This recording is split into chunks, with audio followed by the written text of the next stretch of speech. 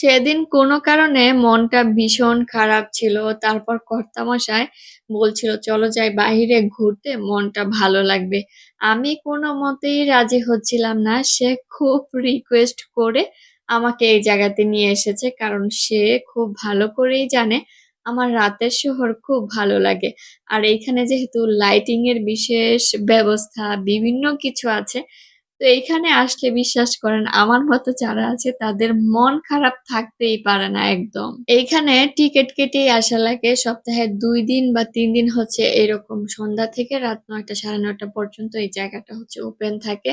বিশেষ করে হচ্ছে ফ্যামিলি মেম্বার যারা আছে বাচ্চাদের নিয়ে আসে। বাচ্চারা এরকম লাইটিং এত সুন্দর, সুন্দর জিনিস দেখে আসলে তারা মানে খুব বেশি খুশি হয়ে যায়।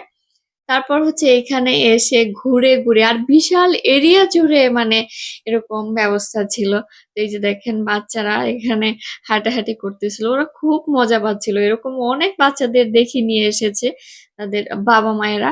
তা আমরা তো এখানে এসে ভীষণ এনজয় করেছি। আমার বিশ্বাস করেন মন খারাপের কোনো ছিটেফোঁটাও ছিল না। এত বেশি খুশি হয়ে গিয়েছি। মানুষ ভাই লাখ টাকার জিনিস পেলে খুশি হয়ে যায়। কেউ বা একটা iPhone পেলে খুশি হয়ে যায়। বিশ্বাস করেন আমি ঐদিন আমার মনে হচ্ছিল যে লাখ টাকার জিনিস পেয়েও আমি এত বেশি খুশি হতাম না। এইখানে যাওয়ার পর আমার এত বেশি ভালো লাগছিল। আমি এখন চলে এসেছি ইন্ডিয়ার তাজমহলের সামনে। এরকম বিভিন্ন দেশের জনপ্রিয় যে বিষয়গুলো, যে জিনিসগুলো আছে সেইগুলো এরকম থিম আকারে এখানে বানিয়ে রেখেছে যাতে করে এদেশের মানুষজন বিশেষ করে বাচ্চারা এই জিনিসগুলো দেখে জানতে পারে এবং তারা সবকিছু সম্পর্কে একটা ধারণা নিতে পারে। একটার থেকে একটা কম ছিল না। সবকিছু অনেক বেশি সুন্দর ছিল। বিশেষ করে এই জিনিসটা দেখেন মনে হচ্ছিল নিচেই কিছু একটা সেট করে রেখেছে যাতে করে এরকম বিভিন্ন ডিজাইন ঘুরপাক করছে।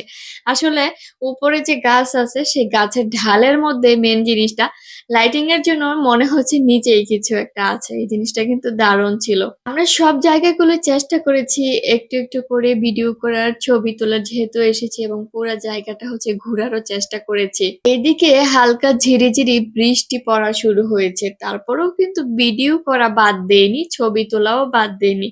এদিকে আমরা ঘুরে বেড়াচ্ছি মনের আনন্দে আশেপাশে আরো কিছু লোকজন ছিল। আবার পাশাপাশি সময়টাও দেখছিলাম যে কতক্ষণ আছে পুরা জায়গাটা হচ্ছে আমরা ঘুরে শেষ করতে পারবো কিনা। জায়গাতে কোনো ভিড় ছিল না, কোনো ঝামেলা নেই। আরামসে আমরা ঘুরে বেরিয়েছি, ভিডিও করেছি, ছবি তুলেছি। খুব সুন্দর একটা সময় কাটিয়েছি। আমার মতো যারা অল্পতে তুষ্ট তারা এমন সুন্দর জায়গায় ঘুরতে গেলেই মনটা ভীষণ ভালো হয়ে যায়। লাখ টাকার দামি গিফটের প্রয়োজন হয় না। সবাই ভালো থাকবেন, সুস্থ থাকবেন। টাটা, বাই বাই, আল্লাহ হাফেজ।